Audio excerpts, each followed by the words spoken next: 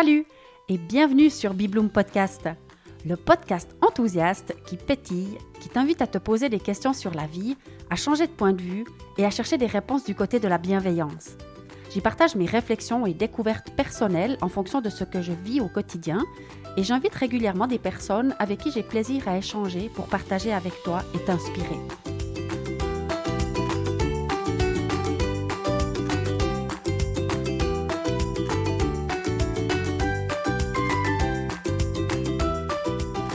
Dans cet épisode, après de nombreux épisodes solo, j'ai le grand plaisir d'échanger avec Sabrina Koualed.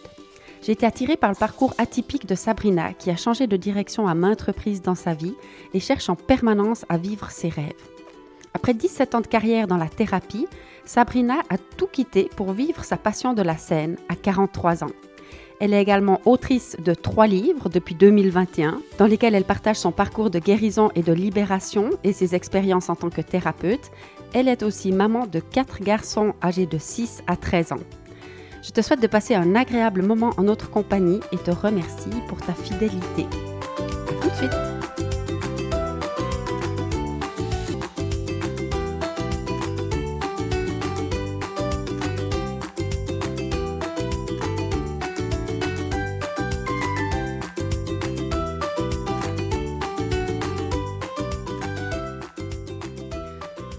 Alors voilà. Aujourd'hui, je suis avec Sabrina Koualed et je suis enchantée parce que ça fait très longtemps que j'ai pas fait de podcast à deux.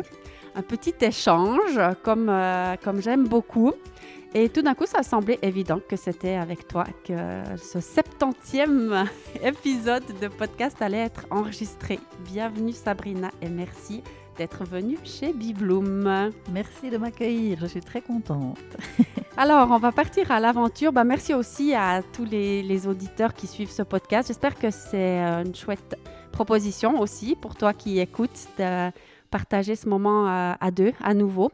Donc, comme d'habitude, moi, j'y vais à la simplicité, l'authenticité, le partage. Ça va être un échange. J'avais quelques idées qui ça paraissait assez clair pour cette conversation. Puis je crois qu'après avoir parlé avec toi pendant, 2 heures maintenant avant d'enregistrer, ça va peut-être partir ailleurs. Je ne sais pas. Mais en tout cas, je suis ravie et dis-moi un peu, d'après toi, qu'est-ce que la vie a fait pour qu'on soit ensemble ce matin ici? On a pu discuter, on ne se connaissait pas, c'est la première fois qu'on se rencontrait, et puis on a pu découvrir qu'on avait beaucoup de choses en commun, un parcours assez similaire finalement, des questionnements sur la vie qui sont les mêmes, des embûches, voilà, la vie elle n'est pas toujours facile, mais je peux constater qu'on est des battantes, on aime la vie, et puis on a envie en fait de vivre nos passions, et puis de ne pas être dans la survie, mais dans la vie, je pense. Exactement, tout à fait. Et moi, j'étais très, très impressionnée par ton parcours. Et j'adore ce genre de parcours où ça commence à un endroit, ça part dans un autre, ça revient, ça bifurque, ça change, ça se transforme. Alors, raconte-nous qui tu es, quel est ton parcours? Alors, je suis la championne des chemins de traverse. Non, j'ai commencé par des études de commerce très simples. Et puis, après, j'ai eu envie de reprendre en main ma vie parce que j'ai eu une enfance difficile, de violence, de maltraitance. Donc, j'ai décidé de faire des études de psychologie pour comprendre un petit peu ce qui m'était arrivé. C'était des études assez théoriques, on va dire. Donc, c'était pas transcendant, mais voilà, mais ça m'a quand même permis d'en apprendre beaucoup sur l'être humain. Et puis après, je suis partie à Paris faire de la comédie musicale parce que c'était mon rêve. Sauf que j'étais pas assez prête pour ça, j'étais pas assez bien construite, on va dire. J'avais encore beaucoup de séquelles de mon passé. Donc, je suis revenue en Suisse, parce que c'était à Paris les études. Je suis revenue en Suisse et j'ai fait un parcours de psychologue, on va dire, dans diverses institutions, divers endroits. Puis, j'ai aussi ouvert mon cabinet parce que ça me tenait à cœur de m'occuper des autres. Mais en même temps, dans tout ce parcours, j'ai donné la vie à 4 merveilleux garçons. Donc voilà, c'est tout un chamboulement. Et peut-être la vie comme je l'avais imaginée, la maison, les enfants, le couple, le travail. Voilà, bah finalement, c'était pas ce qui me correspondait. J'avais besoin de me challenger, besoin ouais, de me dépasser. Et puis, ouais, l'écriture est venue comme un moyen de m'exprimer. Donc, j'ai écrit déjà un premier livre, après un deuxième, après un troisième. Et puis, bah, là, maintenant, j'en suis à écrire des sketchs que je joue sur scène. Donc, voilà, je prends un total autre chemin, on va dire. Waouh, vraiment, j'admire ce genre de parcours où chaque fois tu te repositionnes, tu changes quelque chose. Enfin, de ce que j'ai compris, tu as arrêté complètement maintenant ton travail de psychologue, d'accompagnement, de thérapeute, Oui. aussi ton cabinet d'indépendant. Tout ça, c'est terminé. Mhm. Et tu te consacres à l'écriture et la scène, en Tout à fait. fait. On reviendra certainement là-dessus. Mais voilà, ça m'impressionne vraiment. Et ce qui m'a inspiré cette conversation d'aujourd'hui, c'est qu'on est en contact depuis, je ne sais pas exactement, peut-être 2 ans, quelque chose comme ça. Je ne sais pas le point de départ, je n'ai pas de souvenir de ça. Par contre, quand j'ai vu que tu publiais ton troisième livre déjà, dont tu peux peut-être nous redire le titre. Donc, c'est Itinéraire d'un pervers narcissique et de sa victime. Voilà, bah, franchement, le titre m'a inspirée. Je me suis dit, oh là, cette fille-là, ce qu'elle a écrit, ça doit bousculer. Ben, moi, j'ai écrit aussi un livre et j'ai trouvé ça un sacré parcours. Pour le mien, elle n'est pas encore sortie. Je dois faire preuve de la plus grande patience, mais j'étais très surprise par les réactions extérieures. Et je me suis dit, j'ai envie de parler de ce processus d'écrire un livre et qu'est-ce qui vient autour, en fait. C'est ça qui m'a inspirée à te contacter. Et j'ai eu la confirmation que c'était juste de te contacter parce que, pour l'anecdote, quelques jours en arrière, j'ai été poster une commande de ma boutique en ligne. Je pars dans une direction et tout d'un coup, il y a quelque chose qui me fait rebrousser chemin. Au milieu de la rue, j'ai vraiment littéralement rebroussé chemin et je croise une amie, Cécile, qui s'est occupée d'ailleurs de ma boutique en ligne pendant mon absence. Et on avait toutes les deux le temps d'aller boire un café. C'était juste un moment merveilleux de discuter avec elle. Et là, je lui dis, ah, mais il y a cette fille qui a publié un livre, je veux la contacter pour un podcast. Enfin, et on se rend compte qu'elle te connaît, alors que moi, je ne te connaissais pas, dans le fond. On a eu quelques échanges, je ne sais pas d'où ils venaient. Et donc, pour moi, c'était la confirmation à travers les mots de Cécile. Elle me dit, oh, elle est extraordinaire, Sabrina, je la connais bien, j'ai suivi une formation chez elle. Vraiment, elle est super, cette fille. J'ai dit, c'est confirmé. Et voilà qu'on se retrouve maintenant. Mais donc, moi, mon idée, c'était de parler de ce processus, d'écrire un livre, de tout ce qu'il y a autour. Et après la discussion qu'on vient d'avoir, je ne sais plus si c'est ça ou pas, parce que vraiment, comme tu dis, on s'est découvert plein de points communs et plein de réflexions similaires sur la vie. Puis je crois que c'est plutôt ça que j'ai envie maintenant de partager, parce que moi, quand j'ai vu ton site internet, en fait, je me suis dit, waouh, cette fille-là, tout ce qu'elle a fait, elle a publié 3 livres, et c'est incroyable. Et puis, en fait, on discute là, toutes les deux. Je me dis, mais voilà, ça, c'est le site internet, c'est son Insta, c'est tout. Mais ce qui est sorti de notre conversation, c'est pas si waouh, elle en jette cette fille-là. Parce que dans le fond, le chemin, il est plein d'embûches, quoi. Oui, ouais, ouais. Le chemin de galère. Un chemin de galère. Puis c'est peut-être là que la conversation va partir. Parce que et j'ai l'impression que toi, tu avais le même regard sur moi. De dire, waouh, cette fille. Et puis moi, je suis dans les mêmes galères. Complètement, ouais. Ouais. En fait, la vie, c'est un chemin de galère, c'est ça. C'est comme c'est des paradoxes un peu. C'est quoi tes galères? Ah, il y en a beaucoup. Non, mais on voit toujours sur Internet, sur les réseaux sociaux, on veut montrer une espèce d'image. Après, pour vendre, il faut aussi montrer que tout est beau, tout est joli. Mais bon, moi, je poste aussi des fois des posts sur Instagram pour montrer à quel point je galère dans tous les domaines de ma vie, parce que c'est ça la réalité. Donc, si on prend le cheminement d'écrire un livre, déjà, il y a la galère de s'autoriser à le faire, d'être légitime pour le faire. Qui suis-je pour écrire un livre alors qu'il y a des auteurs qui sont incroyables et tout. Mais après, si on commence pas, comment on fait pour apprendre? Enfin, on apprend en expérimentant. Donc mon premier livre, c'est de loin pas une réussite, je dirais un brouillon. Et puis plus ça va en avant, plus ben, ça devient mieux parce que je m'améliore dans les messages que je veux transmettre et puis dans ma manière d'écrire. Mais après, il y a tout le contexte extérieur de comment je vais le diffuser, est-ce que j'ai un réseau, est-ce que j'ai pas de réseau. Je pars de rien en fait. Donc il y a plein de gens qui me félicitent. Oh super, t'as écrit 3 livres. Oui, ok, mais maintenant, ben, faut qu'ils se vendent, quoi. Et ça, c'est compliqué, quoi. C'est déjà ça comme Et galère. est-ce que entre l'écrire et la galère de le promouvoir, qu'est-ce qui est venu de l'extérieur? Par exemple, ton premier livre, quand Mhm, même, tu parles de la violence que mhm. tu as vécue, enfin c'est autobiographique, Oui. la violence que tu as vécue comme enfant. Comment c'était perçu par ton entourage? Alors là, ça a plus été perçu positivement. Voilà, j'ai vécu de l'inceste, j'ai vécu de la violence, donc les gens, ils ont quand même de la sympathie pour ça. J'ai pas eu vraiment de critique là-dessus, on va dire. Mais après, c'est plus pour les autres livres où il y a des gens qui s'amusent à venir critiquer quand, voilà, ben, peut-être quand il y a un mot qui manque à une page ou quand il y a des fautes d'orthographe, ben, parce que ma foi, voilà, Mhm. on a des relecteurs et tout. Il peut y avoir des choses qui Des restent comme coquilles ça, qui ouais, mais restent? exactement. Donc, et il y a des gens qui prennent un plaisir à venir critiquer ce genre de choses. Enfin, Mhm. de toute façon, il y aura toujours des gens hein, Qui vont qui vont critiquer. critiquer parce que la plupart du temps, c'est des jaloux qui n'ont pas réalisé leurs rêves. Mhm. Donc, après, j'ai pas vraiment été regarder les critiques négatives parce que j'ai pas envie non plus de me remplir de ça, quoi. Oui, ok, ça, ouais, ça je comprends bien. Maintenant, je comprends aussi bien l'empathie ou par Mhm. rapport à ton parcours, mais Oui. les gens concernés. Bon, moi, Oui, j'ai mais la chance que dans mon livre, ben, ça parle de mes parents, puis ils sont plus là, donc, donc ils vont pas venir ah se voilà, plaindre, voilà, donc ok. voilà. Mais je parle aussi du père de mes enfants dans mon livre, et puis effectivement, lui, ben, il a pu être blessé par certaines choses que j'ai dites, parce que ça donne peut-être pas l'image que lui s'imaginait qu'il avait, donc ça l'a blessé, oui. Donc après, on en a parlé, et puis il a compris. Mais après, moi, comme je lui ai expliqué, c'est ma vision des choses que je livre. Ce n'est que ma vision. Donc si les gens ils la partagent pas, ils ont le droit. Mais ça, il n'empêche que c'est ma vision. Oui. Donc ça m'appartient.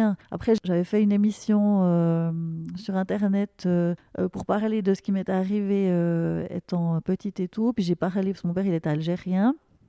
J'ai parlé de certaines choses qui nous obligeaient à faire ou comme ça, et puis qui mettaient sous le nom de la religion musulmane. Mhm. Et j'ai eu des tonnes de critiques de gens qui m'ont dit, mais les musulmans, ils font pas comme ça, ils font pas comme si, nanana.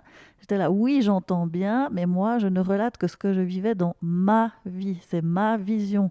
Donc, Mhm. bien sûr que c'est pas la vision des autres. J'ai pas pour but d'avoir l'accord de tout le monde. Mais quand on écrit un livre ou qu'on fait des vidéos comme ça, on livre notre vision. Après, les Oui, gens, ils ont le droit d'être d'accord ou pas, oui.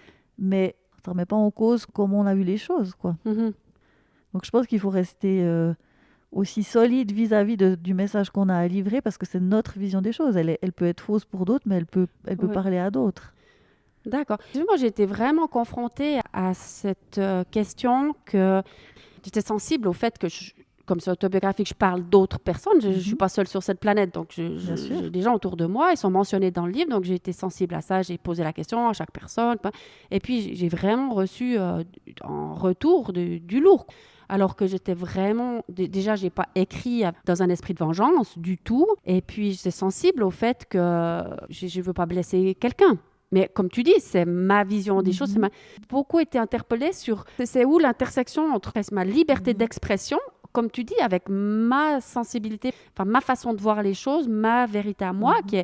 qui est mon vécu ou comment j'ai ressenti les choses, et le droit à la vie privée Mhm. des gens que je mentionne dans le livre et où cette intersection. Moi c'était vraiment je ne suis pas encore sortie vraiment de ça pour être confortable et le respect que je veux exprimer aux gens. Moi, j'ai vraiment envie de respecter les autres. Mais en même temps, j'ai aussi vraiment envie de me respecter et puis de dire les choses. Alors maintenant, quand il va sortir, ça sera encore une autre paire de manches parce qu'il y a peut-être encore des réactions qui vont arriver de personnes qui n'ont rien dit jusqu'à maintenant, mais qui vont tout d'un coup découvrir, alors je ne sais pas à quoi m'attendre. Mais c'est vraiment une grande préoccupation. Je ne sais pas comment toi, tu gères ça. Oui, mais je pense que tu as ouvert une porte peut-être d'aller demander l'avis aux autres. Ouais, tu as peut-être ouvert une porte. Enfin, on parlait ce matin de la légitimité. c'est à toi de te légitimiser, en fait. T'as pas besoin d'avoir l'aval des autres. Je sais pas, quand il y a des gens qui font une pièce de théâtre ou qui font... Enfin, voilà, c'est de l'art, tout ça, quelque part. On veut amener des messages, on veut partager une vision des choses. L'artiste, il n'a pas besoin de la permission des autres pour le faire, en fait. Ouais, mais il y a quand même une loi, tu vois, la loi du respect de la vie privée. Chacun a droit à sa vie Oui, privée. alors Quand à les ce gens sont moment-là, tu peux changer les... reconnaissables. Oui, oui, oui, mais à ce moment-là, tu peux changer les noms des personnages si tu veux pas qu'ils soient reconnus. Enfin, voilà, il y a Oui, mais peut-être... tu vois, quand tu peux changer les noms, pas mettre les noms. Moi, j'ai pas mis Voilà. les noms, mais qu'à partir du moment où tu dis je suis mariée, bah, on sait, dans un environnement restreint, la personne est reconnaissable. Oui, mais en Ou même tu temps... parles je sais pas, d'un cousin, d'un oncle, d'une tante, enfin, la personne est reconnaissable. Oui, dans Puis un il y a une loi petit... qui les protège, un petit réseau, Voilà, dans un oui. petit réseau, mais t'as rien fait de mal. T'as juste posé ta vérité. Donc voilà, c'est un livre. Donc on sait que les livres, ben, ils sont faits pour ça, quoi. Raconter Mhm. des histoires, raconter des tranches de vie. C'est un récit de vie. Oui. Donc, Bah oui. donc Ah non, on ça se m'a doit d'être vraiment... loyal. Tu peux pas, dans un récit de vie, faillir à ta vérité. Donc quelque part, là, c'est un choix à faire. Est-ce que je me choisis moi ou est-ce que je choisis les autres, de préserver les autres, de peut-être ce qu'ils ont fait ou de peut-être comment j'ai vu les choses. Donc du moment que tu as fait ton choix d'écrire ce récit de vie, bah, il faut aller au bout. Et de toute façon, quoi qu'on fasse dans la vie, il y Oui, aura c'est ça. toujours des gens pour venir dire le contraire, enfin, qui sont pas Oui. OK avec ça et tout. Donc, Mhm. moi, je pense que ça fait partie aussi de cette légitimation de se dire, maintenant, je suis un auteur, j'ai voulu raconter une tranche de ma vie, donc je reste légitime dans ce rôle-là que je me suis fixé. Ça plaît ou ça plaît pas, et, et alors? Ouais, je crois que Voilà. moi, en tout cas, j'ai pas réussi à rester enfin oui, je suis restée dans mes bottes, le livre, il va sortir, mais j'ai pas réussi à faire fi de Mhm. ça, ou des menaces, en tout cas. Oui. J'ai changé, j'ai enlevé, j'ai coupé, maintenant, j'ai l'impression que je vais mettre au monde un bébé qui a pas de, il manque une main, quoi. Ok, donc tu as suivi ton cœur, t'as fait ce qu'il fallait pour tout le monde, je pense, donc Mm. tu peux en être fier. Donc maintenant, ce livre, quand il va sortir, ben, c'est ta création, et puis tu as fait en sorte d'y mettre beaucoup Tenue. d'amour, beaucoup de considération pour ton entourage. Si avec toutes ces précautions, tous ces changements, c'est aussi un acte d'amour que tu as fait, donc c'est magnifique. Puis si les personnes ne comprennent pas ça, puis ne peuvent pas, ouais, trouvent encore à redire, ben ça, c'est pas de ta faute, quoi. Tu as fait tout ce qui était en ton pouvoir pour que Ouais. ce soit respectueux. Donc maintenant, apprécie et puis tu verras qu'il y a plein de gens qui vont le découvrir, qui vont l'aimer. Et c'est ça, en fait, qu'il faut aller chercher. Ouais. Bon, pas ça, ça, on verra. En tout Mhm. cas, pour l'instant. Donc, le titre du livre, en ce qui me concerne, c'est Reste assis sur ta chaise, respire et sois heureuse. En tout cas, ça, je dois exercer parce que ça traîne au niveau de la... Enfin, c'est beaucoup plus lent que ce que je souhaitais au niveau de la maison d'édition. Donc, voilà, j'ai Mhm. encore plein de surprises devant moi. Et là, tu as clairement des longueurs d'avance sur la suite, puisque toi, tu as déjà 3 livres qui sont sortis, qui vivent leur vie, qui sont nés, quoi. Mhm. Là, pour toi, ce qui est compliqué ou qui te bloque un peu, c'est cette histoire de comment on fait la promotion du livre. Exactement, oui. Voilà. D'accord. Donc maintenant, il Et- est écrit, il est publié, mais voilà. Comment est-ce qu'on se fait connaître quand on est toute petite, qu'on n'existe encore pas? Enfin voilà, moi, je rentre dans ce milieu un peu comme ça. Enfin, j'ai fait mon petit bonhomme de chemin. Mais maintenant, il faut faire grandir tout ça. Il faut se faire connaître. Ouais, je me suis approchée de journalistes, de radio, de plein de monde pour essayer d'en parler. Je me suis pris un nombre incalculable de noms dans la figure. Donc, ouais, c'est ouais. c'est dur, dur. Le chemin Oui. est encore long, en fait. Mais par contre, ça t'enlève pas du tout l'envie d'écrire encore d'autres. Non, alors parce que moi, je le fais tout d'abord pour moi, parce que j'aime écrire, j'aime raconter des histoires, j'aime transmettre des choses. J'aime apporter aussi des déclics aux gens. Donc, le troisième livre, c'est vraiment un livre assez fort qui va permettre d'apporter un déclic à toutes les femmes victimes de violences conjugales pour se réveiller, pour comprendre comment le bourreau il fonctionne. Donc, j'ai pris un parti qui n'existe pas encore dans la littérature sur le pervers narcissique. C'est pas un énième livre là-dessus, hein, c'est un autre point de vue. Je pars du point de vue du bourreau pour qu'on comprenne son fonctionnement, pour que la victime elle puisse vraiment avoir un électrochoc et puisse dire ok, je comprends comment il fonctionne, il changera pas. Donc ça c'est un message fort que je veux transmettre. Après ben voilà, c'est une cause, donc pas tout le monde y est sensible. Donc dans les médias et tout, c'est compliqué de peut-être cibler Pourtant, moi, je trouve que c'est magnifique et d'abord, j'admire ton courage de témoigner là-dessus, enfin, de partager là-dessus. Enfin, bravo, juste bravo, parce que c'est nécessaire. Il faut oser et je suis pas sûre que moi, je laisse ce courage un jour. Mais je suis aussi admiratif que quand tu témoignes sur comme c'est pas évident de faire vivre ces livres et de trouver sa place et tout ça. Mais quand même, tu es déjà en train d'écrire le 4e, quoi. Oui, oui. Oui, oui, un roman. Premier roman. Ton premier roman. Voilà, qui sera un peu plus joyeux, on va dire.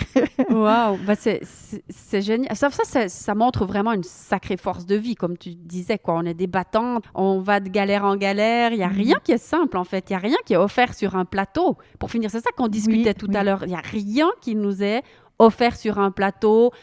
Tapis rouge. Enfin oui, des fois, on a des tapis rouges. Heureusement, je vois ton manteau rouge en face de moi quand je dis ça. Oui, heureusement, parfois, il y a des choses qui sont tapis rouges. Ça nous garde un peu motivés.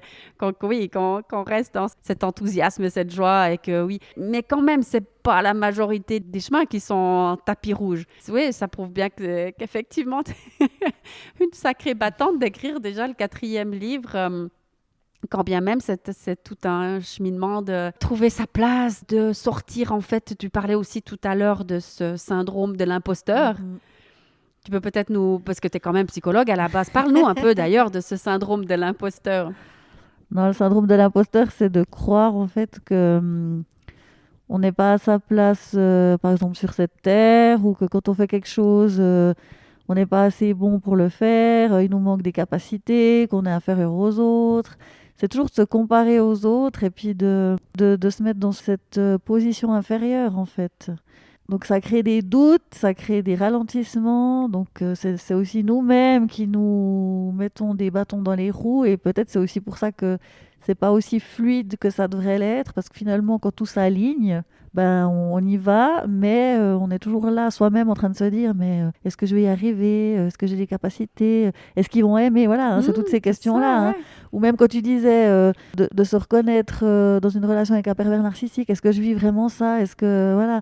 Donc, c'est de légitimiser son ressenti plutôt que d'être dans le mental, quoi. En fait, il faut partir dans le cœur et puis se connecter à son ressenti et puis se dire bah, finalement c'est pas une question de est-ce que je suis assez bien ou pas assez bien, c'est est-ce que j'ai envie de faire ci ou ça, est-ce que ça me met en joie. Puis quand on est dans l'action et dans le faire, le mental il se calme, puis finalement les choses elles se font. Mais quand on est vraiment dans la tête puis qu'on se pose toutes ces questions, ben ça ralentit l'énergie et puis ça nous bloque. Oui, oui. Ouais, vraiment à chaque fois de redescendre, comme tu dis, revenir au cœur et qu'est-ce qui me fait vibrer, de quoi j'ai envie, qu'est-ce qui me met en joie. Mais parfois, moi j'ai passé plusieurs fois des moments comme ça où il n'y avait pas grand-chose qui me mettait en joie. Plus grand-chose qui me mettait en joie. Pourtant, j'ai fait des choix clairs. Je veux vivre de ce que j'aime faire, je veux être libre de mon agenda et je vis vraiment la vie de mes rêves, en fait. Je fais que ce que j'aime. Puis il y a des fois, il me dit, mais j'aime quoi? C'est plus ce que j'aime ou c'est peu de choses. Et c'est... Ouais, c'est l'impression qu'il y a souvent des phases comme ça de transition. Mais c'est quoi? Alors, il y a 1 année et demie comme ça en arrière, j'étais dans un moment comme ça. Je disais, mais qu'est-ce qui me ferait vibrer? Je me disais, mais même si mon agenda était plein, même si je donnais beaucoup de cours et que le téléphone sonne, bof, ne fait plus vibrer. Oh là là, c'est dur quand il y a des moments comme ça. Et puis là, c'est arrivé que tout d'un coup, j'ai envie de faire des câlins dans la rue. J'ai lancé ça, j'ai commencé à faire des câlins dans la rue et c'était vraiment, mais oui, c'est ça, c'est waouh, c'est vraiment ça que je veux faire. Et j'ai eu un plaisir fou. Et puis après, j'ai l'impression que ça revient de temps en temps, mais c'est quoi qui me fait vraiment vibrer? Oui, mais on est des êtres qui changeons, hein, donc c'est ça se transforme tout le temps. Donc on a besoin de nouveaux challenges perpétuellement, je pense. On peut pas rester dans un quotidien. Puis quand on a réalisé un rêve, ok, il est fait, on est content, c'est top. Puis maintenant on passe à quelque chose d'autre parce qu'on a besoin de se nourrir, on a besoin de partager, on a besoin de découvrir d'autres choses. Donc c'est normal, je dirais, c'est un comportement normal d'aller toujours vers Mais alors il vers faut autre comment chose. les gens qui passent 40 ans dans la même entreprise à faire le même travail 5 jours sur 7. Enfin, finalement, est-ce que c'est vraiment normal de se lasser si vite? Enfin, là, moi, je dis ça, mais en même temps, il y a des cours que je donne depuis 19 ans les mêmes et j'ai toujours autant de plaisir. Donc, il y a quand même des choses aussi qui sont très récurrentes et qui sont de la routine et tout. Et j'ai un monstre plaisir dans la routine aussi. Mais il faut chaque fois qu'il y ait un nouveau truc pour pétiller. Et parfois, je tombe des nues de qu'est-ce qui me fait pétiller. Là, maintenant, c'est de nouveau une période un peu charnière comme ça où bon, je suis dans l'attente pour le livre. C'est sûr que ça va me faire pétiller de partir dans ce qui t'embête un peu, toi, cette promotion du livre. Moi, je m'en réjouis. Bon, peut-être que je vais déchanter, j'en sais rien, mais ça va me faire pétiller. Mais sauf que je peux rien faire. Je suis bloquée. Mais ce qui me fait pétiller maintenant, je me dis, mais c'est quand même dingue, c'est d'envoyer mes fameuses commandes de la boutique en ligne. Chaque fois qu'il y a une commande qui arrive, je sors l'enveloppe, je sors le matériel qu'il faut envoyer, j'écris un petit mot rempli d'amour que je mets dans l'enveloppe avec le produit qui part. Et je dis, waouh, mais c'est ça qui me fait pétiller. Je dis, c'est quand même dingue, quoi. Mais j'ai dû chercher un moment pour voir c'est quoi qui me fait pétiller là, maintenant, en ce moment. Eh bien, c'est ça. Mais je trouve que c'est Comme quoi, ça n'a pas besoin d'être des trucs extraordinaires non plus, hein. Non, mais ça, on est d'accord. Mais je trouve que c'est déjà bien de se poser la question à soi-même. Qu'est-ce qui me fait pétiller? Qu'est-ce que j'ai envie de vibrer? Parce que la plupart des gens, ils ne se posent pas ce genre de questions-là. Ils vivent, ils sont dans le quotidien, dans le train-train, ils ont leur sécurité. Et puis ça leur fait plaisir de partir 2 semaines dans l'année en vacances. Puis voilà, c'est leur pétillement, on va dire. D'accord. Voilà. Mais après, je pense qu'il faut trouver un certain équilibre. Changer tout le temps, c'est pas non plus évident, mais peut-être apprendre à aimer ce qui est là, en fait. C'est ça l'abondance. L'abondance, c'est pas. On attend toujours quelque chose qui va arriver de l'extérieur, mais finalement, l'abondance est déjà là. C'est déjà d'être dans la gratitude de tout ce qu'on a créé, de tout ce qu'on a, tout ce qu'il y a autour de nous, et puis d'en profiter. Donc là, bah voilà, t'as fait un gros cheminement à écrire ce livre. Il y a eu des hauts, des bas, mais finalement, c'est génial. Ça va, voilà, il y a l'excitation, ça va arriver, il va sortir, ça va être un truc fabuleux. Mais en même temps, dans ton quotidien, de revenir à des choses de base qui te font aussi pétiller, bah, c'est ça, quoi. C'est je pense, des va-et-vient entre toutes ces choses-là. Mais il n'y a pas... Ouais, c'est pas je passe d'un truc à l'autre. On a déjà beaucoup de choses autour de nous, et puis c'est aussi d'aller piocher là-dedans. Mais on a aussi besoin de nouveautés. Ça fait partie... Enfin, moi, je pense, hein, mais... Je sais pas comment les gens ils font, ceux qui ont une vie quotidienne toute posée. Moi, en tout cas, je sais que je peux pas. Moi, j'ai besoin de changer régulièrement parce que c'est comme ça que j'évolue. J'ai besoin d'évoluer. Ouais. Après, peut-être plus on est élevé au niveau de sa conscience, plus on a envie de profiter de toutes les choses de la vie. Et puis, on voit que ça passe vite. Et puis, voilà, c'est peut-être ça, en fait. Il y a peut-être des gens qui sont très heureux là où ils sont dans leur vie sécurisée, tout ça, parce que ils se posent peut-être pas toutes ces autres questions d'évolution. Ils sont peut-être moins dans le cœur. Enfin, je sais pas en fait. Mais, on sait pas. Mais des fois, moi, je me dis quand même, ça serait aussi un peu calme, un peu. Ah, ça serait plus simple. Plus simple, plus tranquille. Oui. Moi aussi, je me suis dit ça.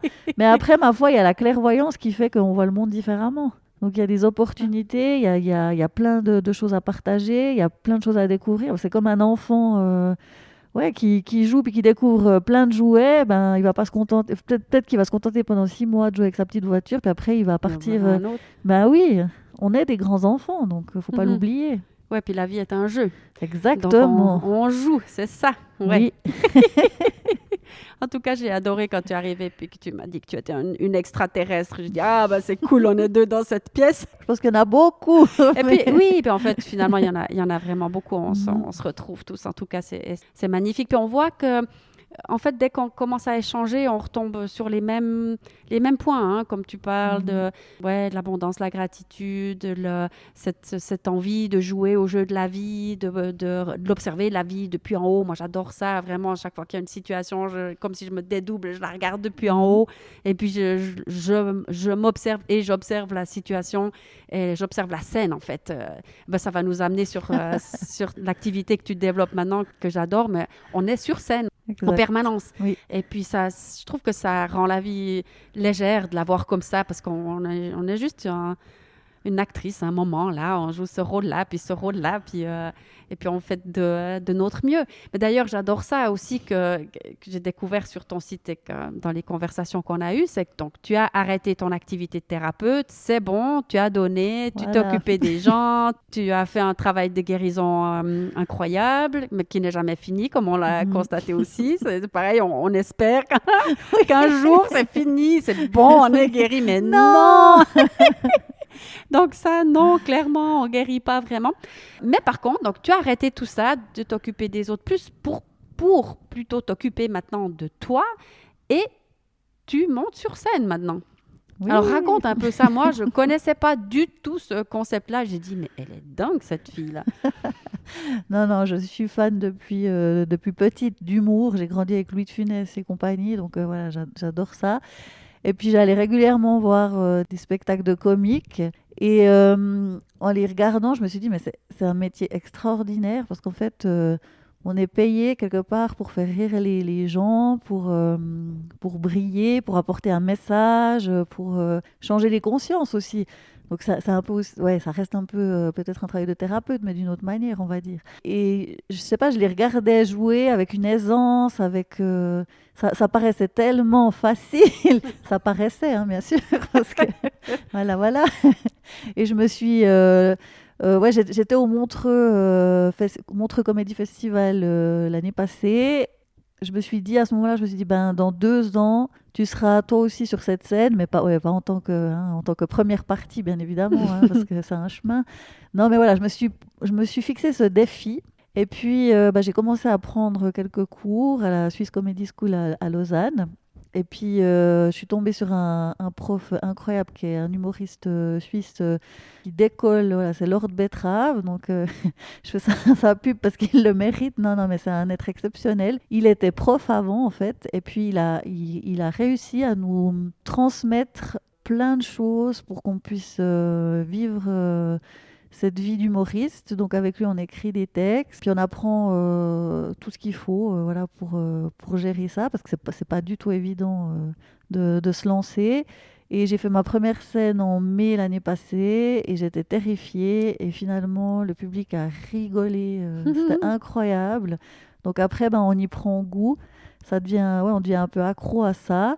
Mais voilà, moi, ça a commencé assez fort, on va dire. Et puis, ben là, je commence à voir aussi l'envers du décor, la fatigue de jouer sur plein de scènes, de devoir bouger à Genève, à Fribourg, en Valais, à Neuchâtel. On doit se déplacer beaucoup. Il y a le travail d'écriture aussi, mais là, c'est un travail d'écriture plus difficile parce qu'il faut faire rire, donc il faut trouver des punchlines. Après, il y a le public, des fois ça marche, des fois ça marche pas. Il y a nos émotions qui vont aussi jouer dans le truc, quoi, dans la balance.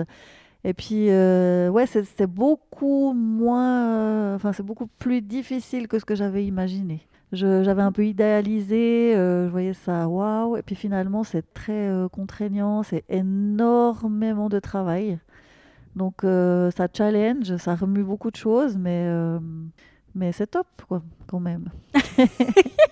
Bon, on retrouve encore une fois la battante. Voilà, c'est waouh, il y a ce projet, on y va, on fonce, on trouve aussi. Tu as trouvé l'école, tu as trouvé le prof, donc tu as mis en place beaucoup de choses, tu as démarré fort, et puis effectivement là, tu étais dans une phase un petit peu plus où tu es de nouveau plus challengé parce que ça ne fonctionne pas chaque fois aussi bien peut-être que tu aimerais. Mais c'est quand même top.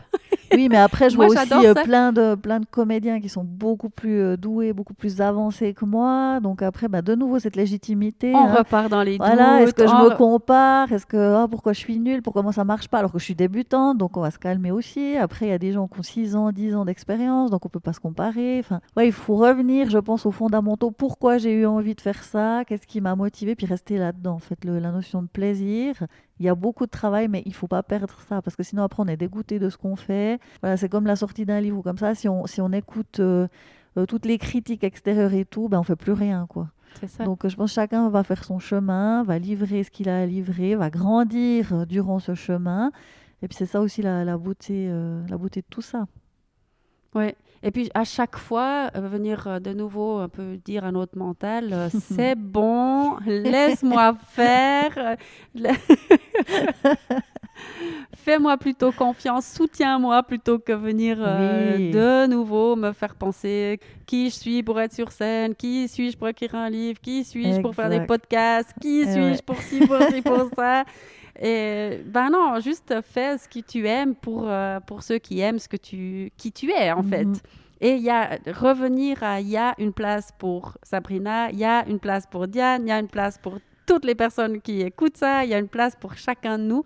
Et puis, punaise, juste prenons-la, quoi. Et, c'est ça. chaque Mhm, fois, se calmer mhm, ce mental. Donc maintenant, tu t'es formé pour faire ces one-woman shows, si on veut bien, mhm, ou des bouts, si j'ai bien compris, tu trouves des scènes, enfin, quand tu fais des scènes, c'est avec plusieurs personnes, et toi, tu as enfin, chaque personne a quelques minutes. Voilà, alors c'est ce qu'on appelle des open mic. En fait, on a la scène pendant 5 à 7 minutes. Enfin, tout dépend des endroits. Des fois, c'est plus. Des fois, ça peut être 10 minutes. Des fois, c'est 12 minutes. Et l'idée, c'est d'aller tester des nouvelles vannes ou tester son sketch qu'on a déjà écrit, déjà en cours, pour voir s'il tient la route, si on doit changer des choses, parce que c'est un travail perpétuel de modification. Et quand on est assez content du sketch qu'on a, ben là, on peut faire ce qu'on appelle des plateaux. Donc, on va jouer pendant 12 à 15 minutes son sketch en entier, et puis ça fait déjà une partie de notre futur spectacle. Puis après, dans l'idée, c'est d'arriver à un spectacle d'une heure et quart, voilà, pour le jouer un peu partout. Donc là, c'est un processus de création où on va tester des choses. Et puis, bon, on se retrouve ouais, à plusieurs humoristes. Des fois, il y a 12 humoristes qui passent à la suite. Des fois, c'est 5, 6. Enfin, ça dépend de tout. Donc en fait, on a un travail à faire de contacter les comédie clubs pour s'inscrire. Donc il y a un gros job derrière de gérer aussi ça, quoi. Donc c'est pas juste j'écris et puis c'est facile, je vais jouer. On est beaucoup d'humoristes, donc il y a des listes d'attente. Mais D'accord. dans l'idée, c'est bien de jouer 2, 3 fois par semaine parce que comme ça, on prend le goût de la scène. Plus on joue, plus ça devient facile. Puis à chaque fois, on change d'interprétation. Enfin, ouais, c'est tout un long, long travail de construction. Et puis en général, au bout d'une année, 2 ans, ben, notre spectacle, il est construit. Donc voilà, c'est pas si facile. D'accord. Et puis alors, tu dis de jouer 2 ou 3 fois par semaine, ça veut dire qu'il y a vraiment beaucoup d'endroits où et on peut jouer. Moi, j'ai jamais entendu parler de Mhm, ça, en fait. Donc, c'est quoi? Tu joues dans des... Tu me parlais hier soir, tu étais mhm, dans un pub, je mhm, crois. exactement, ouais. C'est souvent comme ça, Bah, pubs ou dans des... Ou c'est quoi comme genre de scène? bah alors pour vous les Fribourgeois, il y a le Strap à Fribourg. C'est D'accord. un bar avec une scène en fait où on peut aller jouer. Enfin, c'est soit dans des bars où ils ont une petite scène aménagée dans un coin de la pièce, ou alors il y a carrément en dessous dans une cave ou comme ça, il y a une petite scène avec des chaises et tout où on peut jouer quoi. Par exemple, à Lausanne, il y a le Bleu Lézard qui est comme ça. Enfin, c'est une disco, mais après, certains soirs, ben, ça s'ouvre comme un open mic. Donc, il y en a beaucoup sur Genève. Donc, c'est pour ça que, ben, il faut se déplacer jusque là-bas. Il y en a pas mal à Lausanne. Ben, Fribourg, il y a le Crapule et puis le Strap. Neuchâtel, il y a l'Underbock. Enfin, il n'y en a pas, voilà, il y en a pas 36 000, mais ça nous permet quand même, on arrive quand même à tourner. Donc, D'accord. Et donc, tu arrives à jouer 2, 3 fois par semaine. oui, en moyenne, ouais. C'est Ouais, ouais. extraordinaire quand même. Mais moi, vraiment, bravo, bravo. Et puis alors, ton spectacle, il parle de quoi? Ton sketch, il parle de quoi?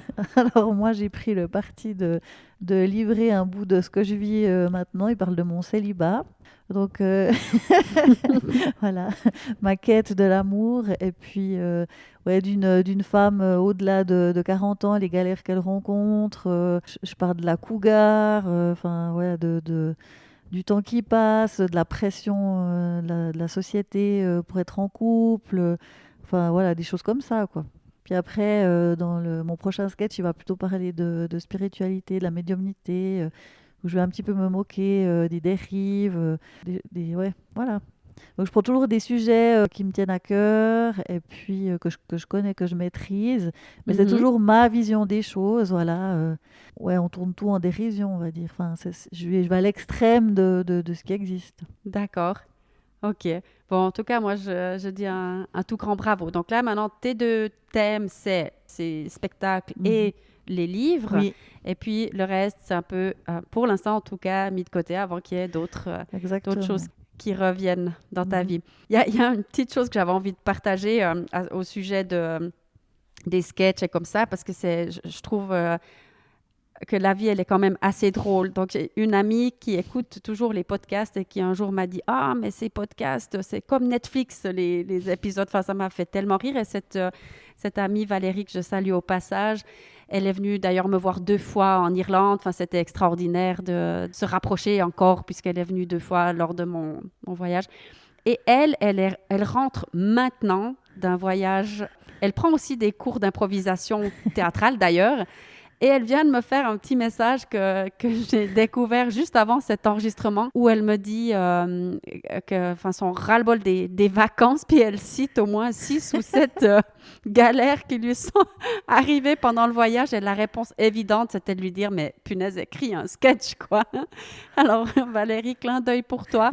Et puis, franchement, écris un sketch avec ton voyage là et toutes les autres aventures que tu vis aussi dans ta vie parce que je trouve que c'est un joli Ouais. petit, un joli petit clin d'œil de toutes ces... On parlait des galères de la vie au tout début Bah de oui, notre conversation là. Ben, en fait, c'est ça, la vie.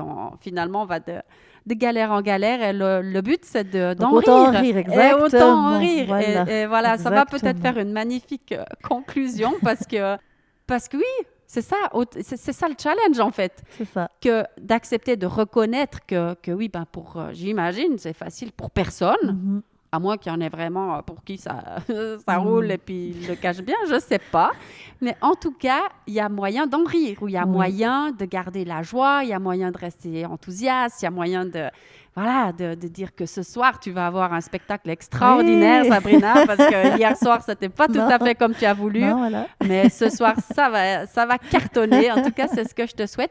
Dis-nous peut-être encore où est-ce qu'on peut te trouver. Ou bon, je le mettrai dans le Oui, oui. texte du Alors podcast de moi j'ai toute mon façon. Instagram, c'est Sabrina Standup, si jamais. Et puis sinon il y a mon site internet sabrinaqualed.com. Voilà. D'accord. Et puis là, il y a toutes les dates où on Oui, peut te, oui, te oui. trouver. On Mhm. peut acheter tes livres, j'imagine Oui, aussi sur ton exactement. site où on peut Alors les oui, on peut les trouver. trouver à la Fnac chez Payot, mais il y a toutes les références, il y a tout Il y a qui tout est collé ça sur le sur site, ton, oui. sur ton site. Donc, je Mhm. le mettrai en C'est référence. gentil. Alors, vraiment, encore merci 1000 fois d'être venu à Bulle pour cette rencontre extraordinaire qu'on va poursuivre d'ailleurs. On va poursuivre la conversation autour d'une bonne assiette de je ne sais quoi. Mais merci beaucoup pour cet échange, Sabrina. Merci à toi pour ta bonne humeur, ton énergie lumineuse. Ça fait du bien de rencontrer des gens comme toi. Et puis, j'ai une grande, grande admiration pour aussi ton parcours, tout ce que tu as fait. 70 podcasts, c'est un truc de malade. Un livre que je me réjouis de découvrir. Et puis, continue d'être aussi belle, lumineuse. Et puis, ça, je le dis pour nous, puis pour tout le monde. Soyons légitimes, prenons notre place, parce que la vie, elle est quand même belle. Et puis, gardons le sourire et ouais, rigolons, quoi. Enfin, c'est ça, quoi, finalement. Bah oui, Ouais. voilà. Rigolons. Et puis, merci aussi à toi qui a écouté ça. Et puis, comme d'habitude, quoi. Moi, je t'envoie tout plein d'amour, quoi. Bye bye, à bientôt.